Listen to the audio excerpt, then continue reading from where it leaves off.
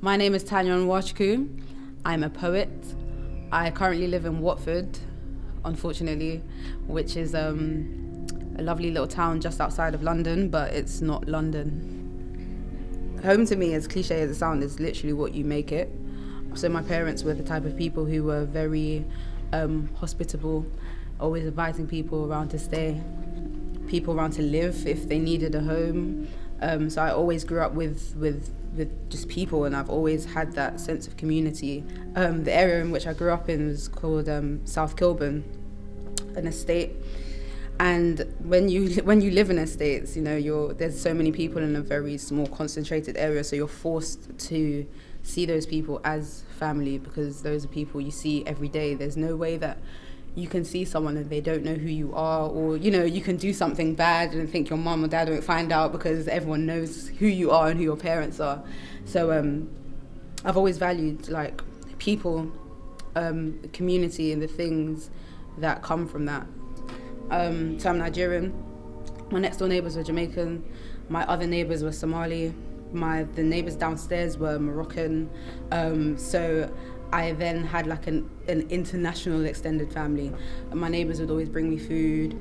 My neighbours downstairs would, introduce me to like some Moroccan music.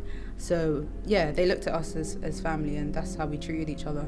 We looked out for each other. I've always travelled. I've always been on the move. So it started with me being a performer and performing weekends.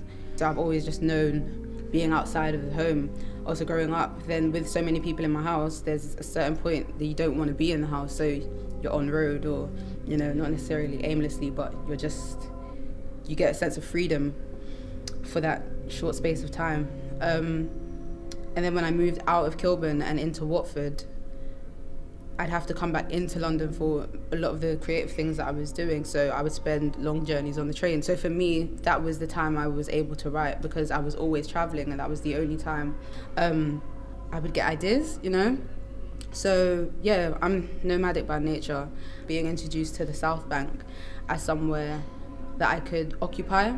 Growing up, I didn't feel like a space like this would be for, Black children, coming here and seeing so many white faces and feeling like I'd have to tiptoe around, and but now it's a place I walk around like I own. And so it's like my second space to write. I write the South Bank, Barbican, cafes, like I said, on the train, in my garden, in the nature reserve across the road from my house, and very rarely at home, surprisingly.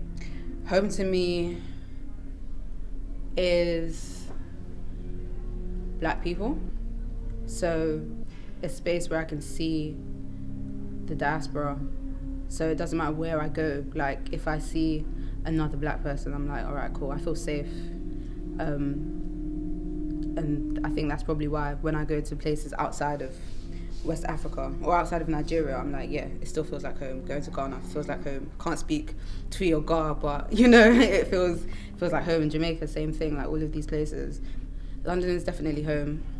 I always come back, like I'm always here, even though I don't live in London. But when I'm outside of London, I'm always like singing its praises, so that says something. Food, love, home, these are all things that keep you warm in the figurative sense.